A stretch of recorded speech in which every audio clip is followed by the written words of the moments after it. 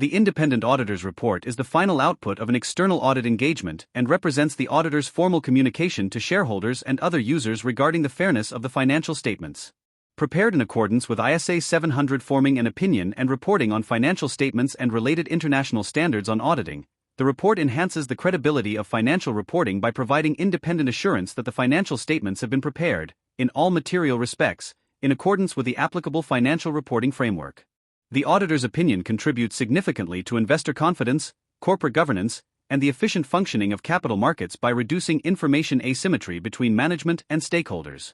As a result, understanding the structure, content, and implications of the auditor's report is fundamental to professional auditing practice. The basic elements of the independent auditor's report are prescribed by ISA 700 to ensure consistency and comparability across jurisdictions. The report begins with a clear title, emphasizing the auditor's independence, followed by the addressee, normally the shareholders or those charged with governance. The opinion section appears first and states whether the financial statements present a true and fair view, or are fairly presented in all material respects, in accordance with the applicable financial reporting framework. This is followed by the basis for opinion, which explains that the audit was conducted in accordance with international standards on auditing, confirms the auditor's independence and ethical compliance, and states that sufficient appropriate audit evidence has been obtained. Additional sections normally include going concern, key audit matters, for listed entities, responsibilities of management and those charged with governance, auditor's responsibilities for the audit of the financial statements, and the auditor's signature, address, and report date. An unmodified audit opinion is issued when the auditor concludes that the financial statements have been prepared, in all material respects, in accordance with the applicable financial reporting framework and provide a true and fair view of the entity's financial position, financial performance, and cash flows.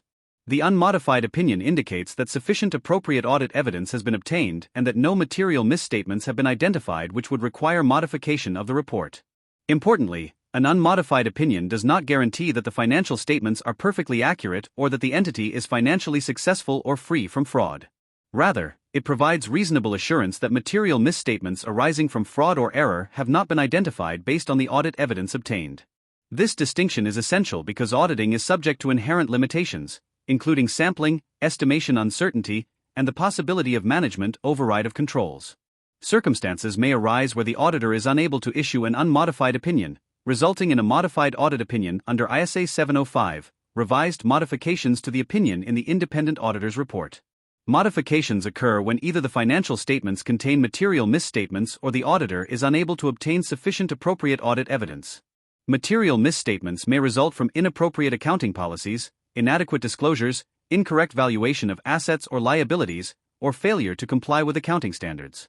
Scope limitations may arise because accounting records are unavailable, management restricts access to information, inventory counts cannot be observed, or significant evidence cannot be obtained from alternative procedures. The nature and severity of the issue determine the type of modified opinion issued by the auditor. Three principal forms of modified opinions exist. A qualified opinion is appropriate where the matter is material but not pervasive, meaning the financial statements are fairly presented except for the specific issue identified.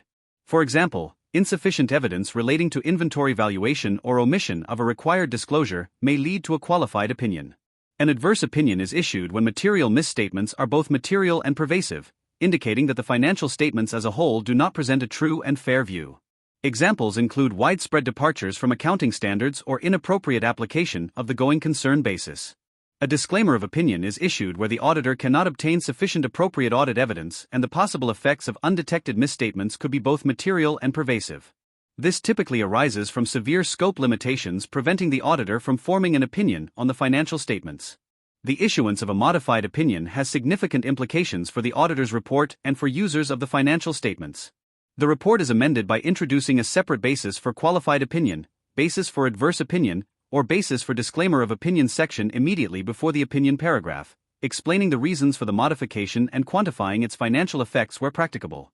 The wording of the opinion paragraph itself changes to reflect the nature of the modification, explicitly stating whether the financial statements are fairly presented except for the identified matter, do not present fairly, or whether no opinion can be expressed. Modified opinions may adversely affect investor confidence, financing arrangements, regulatory compliance, and the entity's reputation, emphasizing the importance of resolving financial reporting issues before audit completion.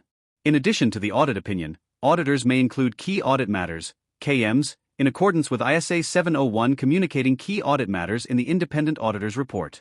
Key audit matters are those matters that, in the auditor's professional judgment, were of most significance during the audit of the current period financial statements. The KM section describes why the matter was considered significant and explains how the matter was addressed during the audit. Examples include complex revenue recognition, impairment assessments, business combinations, valuation of financial instruments, or significant accounting estimates. Importantly, key audit matters do not represent separate opinions on individual matters but provide greater transparency regarding areas requiring significant auditor attention and professional judgment. The auditor's report may also contain emphasis of matter and other matter paragraphs under ISA 706, revised. An emphasis of matter paragraph highlights a matter appropriately presented or disclosed in the financial statements that is fundamental to users' understanding, such as significant litigation, major subsequent events, or material uncertainty relating to going concern. The opinion itself remains unmodified because adequate disclosure has been provided. An other matter paragraph, by contrast, communicates information not presented in the financial statements but relevant to users' understanding of the audit, the auditor's responsibilities, or the auditor's report, such as reference to predecessor auditors or restrictions on report distribution. The independent auditor's report therefore serves as the culmination of the entire audit process, transforming extensive audit evidence into a concise and authoritative communication for stakeholders. Through standardized reporting formats, transparent explanation of significant matters, and appropriate modification where necessary, the auditor's report enhances the credibility, accountability, and reliability of financial reporting while reinforcing public confidence in the auditing profession and international financial reporting practices.